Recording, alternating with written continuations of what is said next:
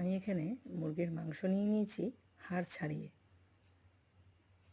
এবার আমি এই মাংসগুলোকে পেস্ট করে নিয়েছি। এবার এই পেস্টটাকে একটা বাটিতে আমি রেখে দিচ্ছি। তারপর আমি চপারের সাহায্যে পেঁয়াজ ও কাঁচা লঙ্কাকে চপ করে নেব। এটাতে চট জলদি হয়ে যায়। হয়ে গেছে আমাদের পেঁয়াজ ও কাঁচা লঙ্কা কুচো করা। এবার আমি সেদ্ধ করে রেখেছিলাম আগে থেকে আলুটাকে, সেটাকে একটু মেখে নিচ্ছি। এবার আমি কড়াইতে সর্ষের তেল দিয়ে দিলাম। এতে পেঁয়াজ আর কাঁচা লঙ্কা কুচি দিয়ে দিলাম, রসুন বাটা দিয়ে দিলাম।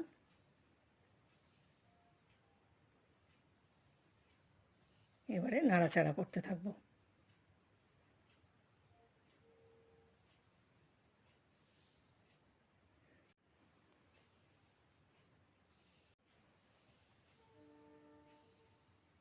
ভাজা ভাজা হয়ে এসেছে। এবার আমি পেস্ট করে রাখা মাংসটা এর মধ্যে দিয়ে দিলাম। হলুদ গুঁড়ো দিয়ে দিলাম, জিরে গুঁড়ো দিয়ে দিলাম, ধনে গুঁড়ো দিয়ে দিলাম, স্বাদ মতো নুন দিয়ে দিলাম। আবার নাড়াচাড়া করে নেব।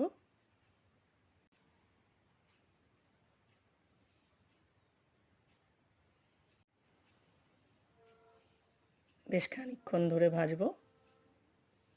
তারপরেতে আমি সেদ্ধ করে রাখা আলুটা দিয়ে দিলাম।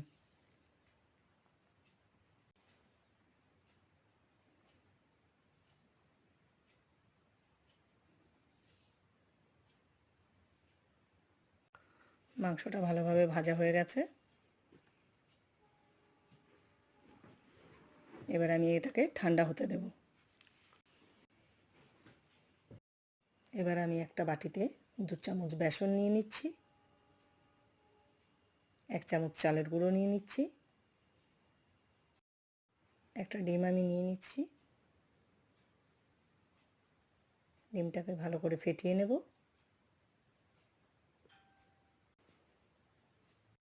এবারে মাংসের পুরটাকে ডিমের মধ্যে ডুবিয়ে নিচ্ছি। চাল গুঁড়ো ও বেসনের মধ্যে ডুবিয়ে নিলাম। আবার আমি ডিমের মধ্যে ডুবিয়ে নিলাম। এবারে ভালো করে বিস্কুটের গুঁড়োর মধ্যে আমি একে লাগিয়ে নেব। এবারে কড়াইয়ের তেলের মধ্যে আমি ছেড়ে দিলাম। আমাদের মাংসের চপ হয়ে গেছে। এভাবে আমি সবকটা মাংসের চপ ভেজে নেব। কমেন্ট, শেয়ার আর সাবস্ক্রাইব করতে ভুলবেন না।